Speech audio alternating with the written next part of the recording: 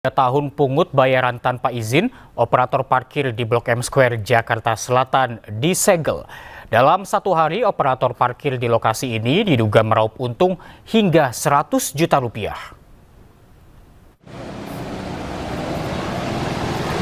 Penyegelan dilakukan Pansus Tata Kelola Perparkiran DPRD Jakarta bersama unit pengelola perparkiran dan sejumlah instansi terkait. Kawasan Blok M merupakan salah satu pusat integrasi transportasi dan kawasan strategis yang dikembangkan Pemprov Jakarta. Pansus menduga ada penyimpangan dan manipulasi data dalam laporan pembayaran pajak yang berpotensi menimbulkan kerugian daerah diperkirakan lebih dari 50 miliar rupiah selama masa pengelolaan. Setelah disegel, pengelolaan parkir akan diambil alih oleh unit pengelola perparkiran Pemprov Jakarta.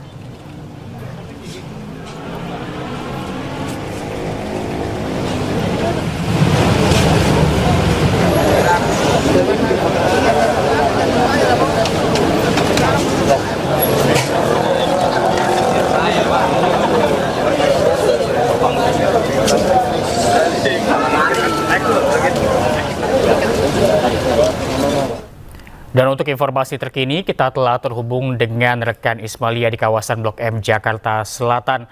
Selamat siang Ismalia, seperti apa pengelolaan parkir di sana saat ini?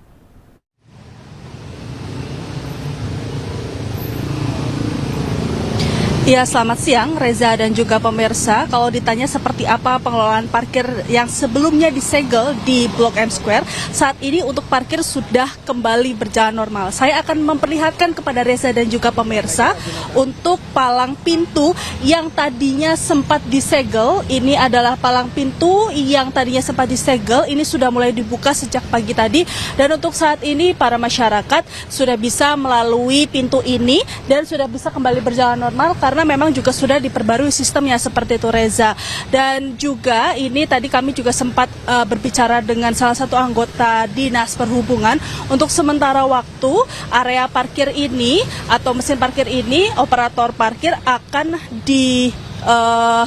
diurus oleh Dinas Perhubungan atau Dinas Perhubungan untuk sementara waktu.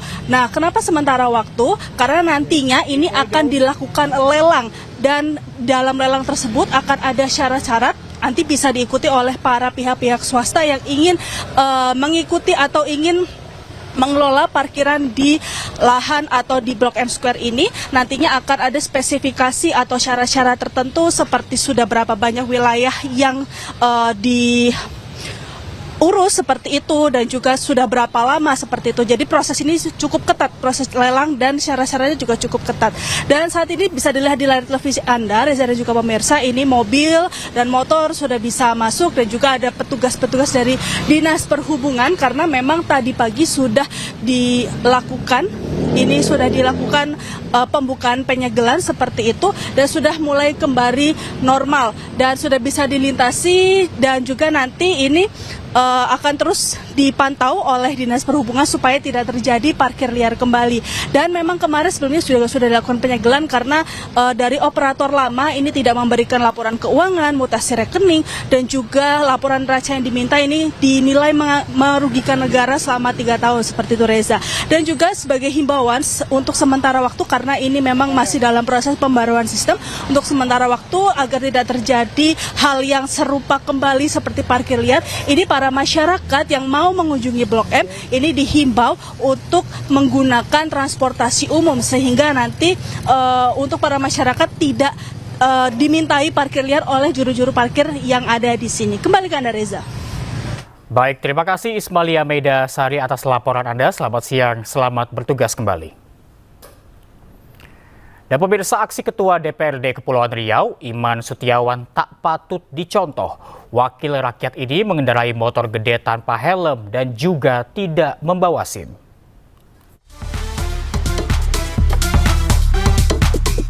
Inilah video Ketua DPRD Kepri, Iman Sutiawan, tengah mengendarai motor Harley Davidson tanpa helm.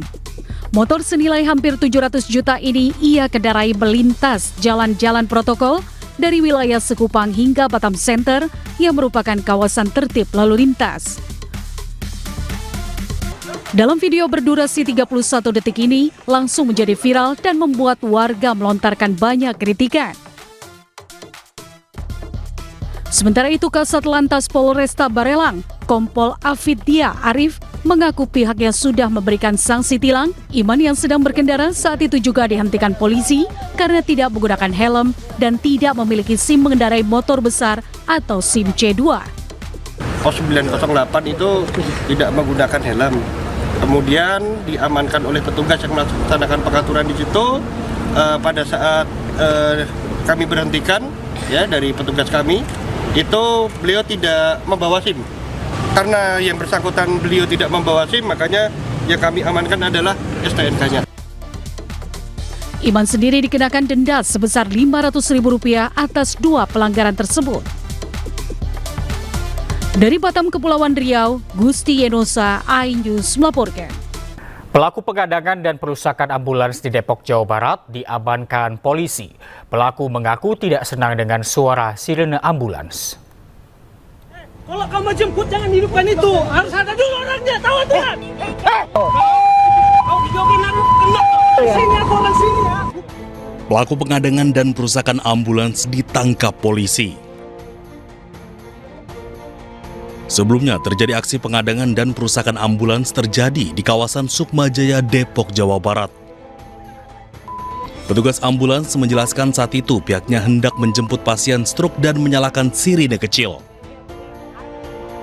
Pelaku dengan menggunakan sepeda motor mengikuti laju ambulans dan mengadang serta menendang mobil.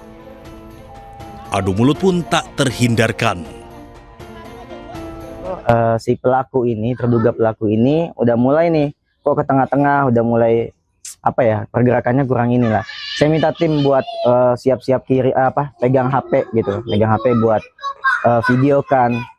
Nah setelah itu kita debat lah segala macam, dia nggak terima, ambulan itu tidak diperkenankan apabila tidak membawa pasien. Di TKP pertama itu sudah diusir sama masyarakat.